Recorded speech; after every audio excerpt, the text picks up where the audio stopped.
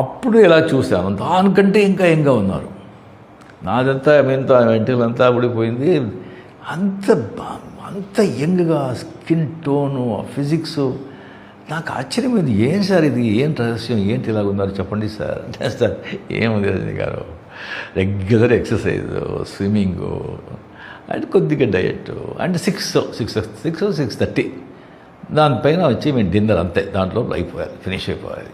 ఇంకొకటి మా ఫాదర్ ఆ జీన్స్, ఇంకొకటి మా ఫాదర్ చెప్పింది, ఏది విషయాలు పెద్దగా డిస్టర్బ్ చేసుకోవద్దు, హ్యాపీగా ఉండు, జరిగేది జరుగుతుంది అని. అది ఆయన రహస్యం.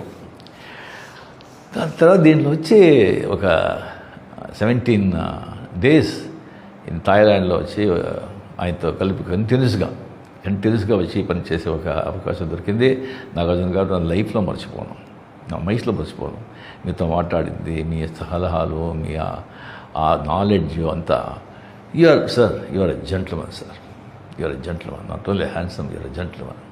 అండ్ ఆ సైమన్ క్యారెక్టర్లో నాగార్జున గారు పర్ఫార్మెన్స్ చేస్తుంటారు. యాజ్ ఏ విలన్ నాకే వచ్చి నేనే ఇలా చేయగలను అనిపించింది. ఫెంటాస్టిక్, అదురు కొట్టేశాడు నాగార్జున గారు. డెఫినెట్గా ఫ్యాన్స్ వాళ్ళంతా చూస్తే అది సూపర్.